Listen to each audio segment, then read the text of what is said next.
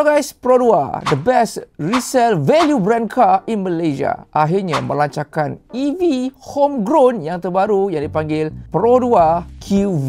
Jadi QV ini short form untuk Quest for Visionary Electric Vehicle. Jadi sedikit specs untuk kereta ni, dia ada 150 kW power yang berdapat 201 horsepower dan dia jenis front wheel drive. Dan kalau daripada 0 ke 100 km per hour mengambil masa dalam 7.5 saat. Dan dia punya driving range 445 km NEDC range. Dari segi dia punya charging pula 60 kW DC charging, dan kalau AC charging dia 6.6 kW. Untuk overall design kereta ini memang agak cantik. Kalau di compare dengan side to side dengan E-Mas 5 contohnya, ini nampak lebih sporty lah. Color variation korang boleh dapat dua, ice blue dan juga caviar grey. Tapi apa yang specialnya Pro 2 QVE ni, dia punya design dia memang overall buat pada Pro 2 sendiri. Dia tak ada bantuan daripada Toyota ataupun daripada Daihatsu lah. Dan juga platform QVE ni dia boleh digunakan untuk next project diorang, macam ada diorang nak keluarkan hybrid car ke. Sekarang ni dari segi dia punya harga, so Pro 2 lancarkan pada hari ni harganya bernilai RM80,000. Wow, macam wow, semua orang agak happy lah.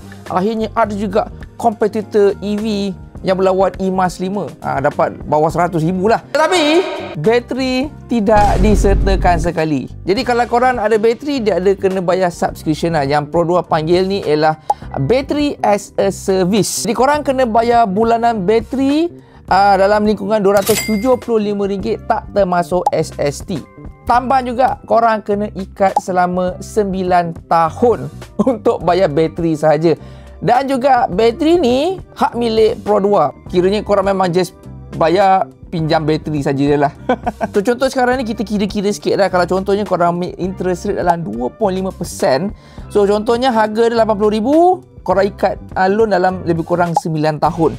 So dalam 9 tahun ni bulanan untuk kereta saja dah RM910. Tambahan sekali dengan bateri dalam RM275. So bulanan total RM1,185. Same goes kalau misal kata korang memang nak bayar terus cash RM80,000, korang still kena bayar bulanan RM275 untuk dia punya bateri sahaja. Dan antara sebab diorang buat subscription bateri ni ialah untuk elakkan future nanti korang nak tukar bateri kena bayar mahal. Tak payahlah, sebab korang dah worry free pasal battery health. Dan pada masa yang sama juga, bila Pro 2 buat macam ni, kereta punya value tu masih lagi tinggi lah. So macam guys, apa pendapat korang? Adakah korang rasa beli EV car tanpa bateri lebih bagus ataupun beli yang dah siap ada bateri? Boleh komen di bawah.